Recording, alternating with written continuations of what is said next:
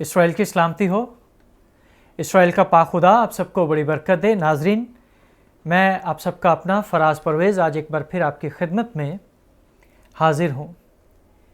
گزارش یہ ہے کہ مذہب اور عقائد اور نظریات یہ پاکستان میں اس وقت دیوالیہ ہو چکے ہیں۔ پاکستان پیسوں میں نہیں ہوا، بلکہ اخلاق، کردار، محبت، خلوص، یہ پاکستان جب سے مارز وجود میں آیا تب سے یہ دیوالیہ ہو چکا ہے۔ آپ نے دیکھا کہ سویڈن کے اندر ایک سیاسی پولیٹیکل جو اسٹیٹس مین ہے، اس نے ایک ایجیٹیشن کی۔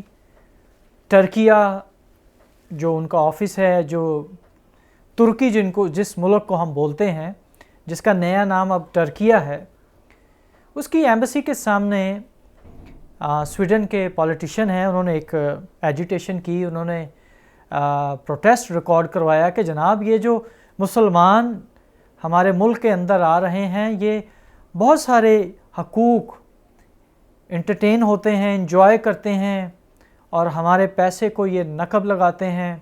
ہماری بیٹیوں کے ساتھ جو ان کا ایک اسلامک رویہ ہوتا ہے، اس سے تنگ آ کر انہوں نے قرآن لیا اور وہاں ایمبیسی کے سامنے جلا دیا۔ ان کا ایک سیاسی نظریہ تھا، اور سائنسی طور پہ بھی ہو سکتا ہے، لیکن میں تو اس کو سائنسی طور پہ زیادہ مانوں گا، سیاسی طور پہ بھی مانتا ہوں۔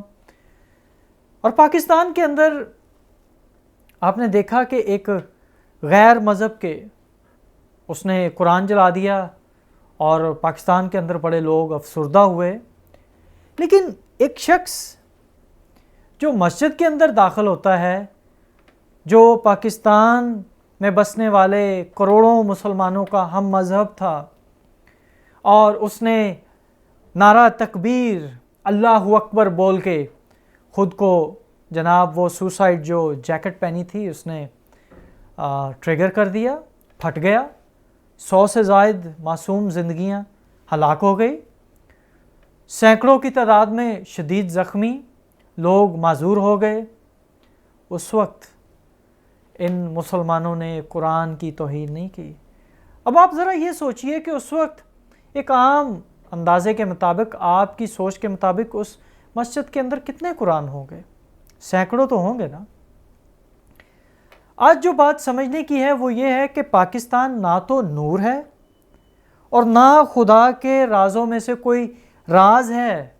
آپ یقین مانیے وہ ایک لا قانونیت اور وہاں جو بد انتظامی، کرپشن اور خود منہ زور اداروں، بے روزگاری اور بھیک کے جو وہاں بھیک کے عذابوں کے اندر مبتلا ایک دنیا کا ایک خطہ ہے۔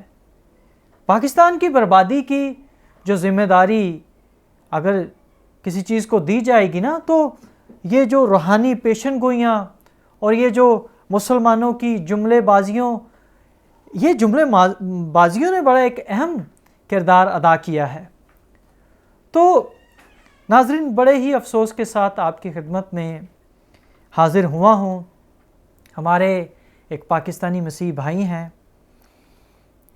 اس سے پہلے میں 2-3 باتیں آپ کے ساتھ آپ کے گوش گزار کرنا چاہوں گا کہ پاکستان مسلم لیگ نون، یہ جو نامی ایک گروہ ہے، یہ کوئی سیاسی جماعت نہیں ہے۔ یہ ذہنی معذوروں، نفسیاتی مریضوں، ہٹ درموں، خود پسندوں، تاریخ سے بے بہرا، یہ خود کو عقل کل سمجھنے والوں کی غلاظت کا وہ جوہر ہے کہ اب میں یہی کہوں گا کہ میری دوسری اور تیسری بات بھی یہی ہے۔ تو خیر، افسوس کے ساتھ آپ کو یہ خبر دینی ہے کہ ہمارے پاکستانی مسیحی نوجوان اشتیاق سلیم مسیح، جن کا تعلق اسلام آباد سے ہے، ہمارے معصوم بھائی اشتیاق مسیح اسلام آباد کے جو رہائشی ہیں، جو پڑھے لکھے بھی نہیں ہیں، اور جناب جو وہاں اسلام آباد کے اندر ملازمت کر رہے تھے ایز این جینیٹر، جن کو پچھلے 4-5 ماہ سے تنخواہ بھی نہیں دی گئی. ہوتا کچھ یوں ہے کہ اسلام آباد کے اندر ان کے خلاف 9 اکتوبر سن 2022 کو ان کے خلاف ایک درخواست دی جاتی ہے FIA اسلام آباد کو، اور ان کے اوپر یہ الزام عائد کیا جاتا ہے کہ جناب انہوں نے جو 2016 کا پیکا کا قانون تھا، جس کو آپ prevention of electronic crimes act کہا جاتا ہے، اس قانون کو استعمال کرتے ہوئے ہمارے معصوم بھائی کے اوپر FIR درج ہوتی ہے. نمبر ہے جی 187/2022، اور ان کی جو گرفتاری عمل میں آتی ہے جب یہ FIR درج ہوئی، رپورٹڈ ہوئی 29/11 سن 2022 ہے. اور اشتیاق مسیح صاحب کی جو گرفتاری، اشتیاق سلیم کی جو گرفتاری عمل میں لائی گئی، وہ 30 کو ان کو گرفتار کیا گیا. اور ان کے اوپر یہ الزام ہے کہ جناب انہوں نے اپنے واٹس ایپ اور فیس بک سے کچھ ایسے گستاخانہ مواد کی تشہیر کی. اب سب سے پہلی بات یہ ہے کہ بھائی ایک بندہ ان پڑھ ہے، وہ پڑھا لکھا نہیں ہے، اس کو کیا پتہ کہ کیا گستاخانہ مواد ہے اور کیا گستاخانہ مواد نہیں ہے.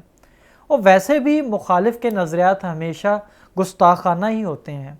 وہ ہمارے مخالفین کو ہمارے نظریات، ہماری سوچ، ہمارے عقائد، ہمارا نظریہ، ہر ایک چیز ان کو ہماری گستاخی ہی لگتی ہے. ہمارے یہ مسیح نوجوان کے اوپر یہ محمد عمران سن آف محمد نواز، یہ اسلام آباد کے رہنے والے ہیں، اور انہوں نے جناب 295C کا مقدمہ درج کروا دیا. اب 295C آپ کو علم ہوگا کہ سیدھی سزائے موت ہے.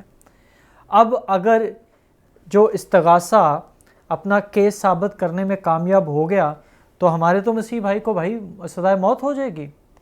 اور ویسے بھی اب ان کو اپنی پلی کے لیے ان کو 7 سال یا 8 سال لگ جائیں گے. اور ویسے بھی پاکستانی مسیح قوم سو رہی ہے، جن کو یہ فکر نہیں ہے کہ یہ قانون کتنا اس وقت خطرناک موڑ پہ آ چکا ہے.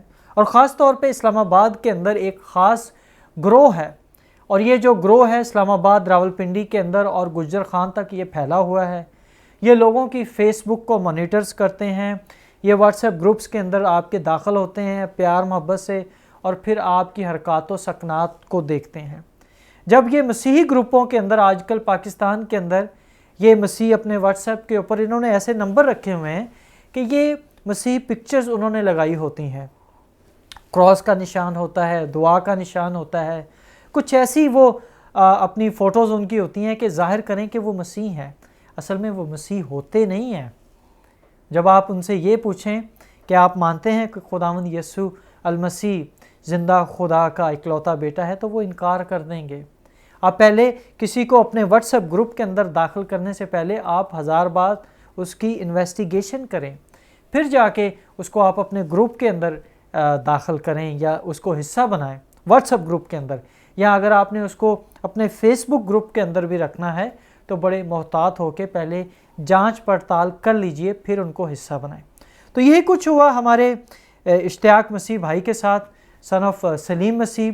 بیچارہ 2 سال کا اس کا بچہ ہے، اب اس کی جوان بیوی ہے، وہ تو ان کی تو زندگی برباد کر دی. یہ محمد نے عذاب بنا دیا زندگی کا. ایک بندے کو یہ نہیں علم کہ جناب وہ شعر اس نے کیا کیا ہے، آپ اس کو پکڑیں اور پابند سلاسل کر دیں، باقی کی ساری عمر، ساری جوانی وہ جیل کے پیچھے اب گزارے گا. تو حالات بڑے اس وقت نازک موڑ پہ آ چکے ہیں، اور خاص طور پہ اس وقت جو ایک سیاسی بحران ہے اور عقل و خرد سے خالی یہ جو مسلمان لوگ ہیں، وحشی درندے، ان کو ویسے بھی کھلی چھٹی دے دی گئی ان دنوں. اور خاص طور پہ یہ تحریک لبیک، ان کو چھوڑ دیا گیا کہ جناب یہ جتنی بھی مذہبی انتہا پسندی آپ کریں، ان کو پاکستان کے بڑوں کی، یہ گورنمنٹ آف پاکستان کی، ان کو پاکستان کی چور عدلیہ اور جناب یہ پاکستان کی اسٹیبلشمنٹ کی اس وقت ان کو کھلی چھوٹ ہے. اب جو مذہب کے نام کے اوپر کرنا چاہتے ہیں کریں، ان کو کوئی روکنے والا نہیں. ان کا ملک جو دیوالیہ ہو چکا ہے، بس یہ اناؤنسمنٹ نہیں ہو رہی. اب وہ کہتے ہیں کہ ہاتھ میں اب قرآن لو اور بولو نا اللہ کو کہ نازل کر دے بھائی، وہ جتنا آپ کا قرض ہے آپ کا کوئی اسلامی ملک کیوں نہیں اتارتا؟ آپ جب اتنی نفرت اپنی اقلیتوں کے ساتھ کرتے ہیں، خدا کا نام لیں، کیا آپ نے مرنا نہیں ہے؟ کیا آپ کو کسی کو حساب نہیں دینا؟ آپ وہی آپ کے اندر ایک نفرت ہے، نہ تو کوئی فلسفہ حیات ہے، نہ کوئی محبت ہے، بس چڑھ دوڑتے ہیں آپ، نہ کوئی ثبوت مانگتے ہیں، نہ دلیل چاہتے ہیں۔ اب یہ آپ نے کہہ دیا جی کہ جناب خاتم النبیین محمد صلی اللہ علیہ وسلم، یار یہ کیسی بکواسات ہے؟ آپ مجھے اس قرآن میں سے ثابت کر دو یہ باتیں کیا لکھی ہوئی ہیں خاتم النبیین صلی اللہ علیہ وسلم؟ بھائی یہ قرآن میں نہیں ہیں یہ چیزیں، آپ خود سے آپ نے ایڈ کر دی، اس وقت گستاخی نہیں ہوتی؟ پاکستان کے اندر بریلویوں یہ جو دیوبند ہے، آپ سے بڑا گستاخ کوئی نہیں ہے، میں 1 منٹ میں ثابت کر سکتا ہوں۔ آپ کی گستاخیاں، آپ کی بدکاریاں ہم سے چھپی ہوئی نہیں ہیں۔ آپ نے اپنے فرقوں کے اندر آپ جو بٹے ہوئے ہیں، ہمیں علم نہیں کہ کیا وجوہات ہیں، ہمیں سب علم ہے۔ مسلمانوں سے بڑا کوئی گستاخ نہیں ہے جو قرآن کی توہین کرے، جو رسول عربی کی توہین کرے۔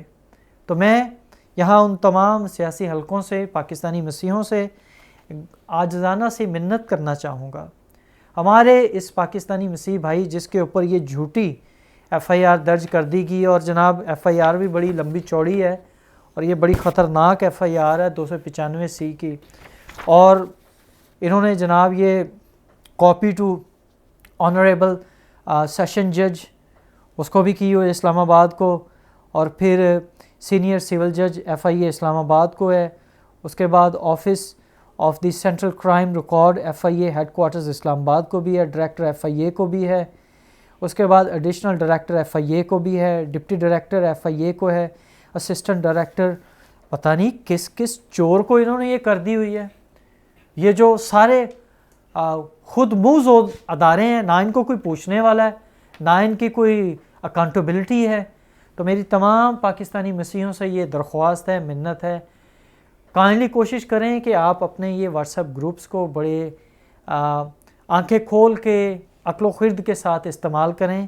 آپ کا دشمن اس وقت بڑی تیزی سے اس جنگلی بھیڑیے کی طرح، اس جنگلی گدھ کی طرح آپ کی تاڑ میں ہے۔ وہ کس وقت آپ کو نوچے اور کھا جائے، اور آپ پھر تکتے رہیں، آپ کے بچے یتیم ہو جائیں، لاوارث ہو جائیں، آپ کی بیوی وہ بیوہ ہو جائے گی، کیا کریں گے پھر آپ؟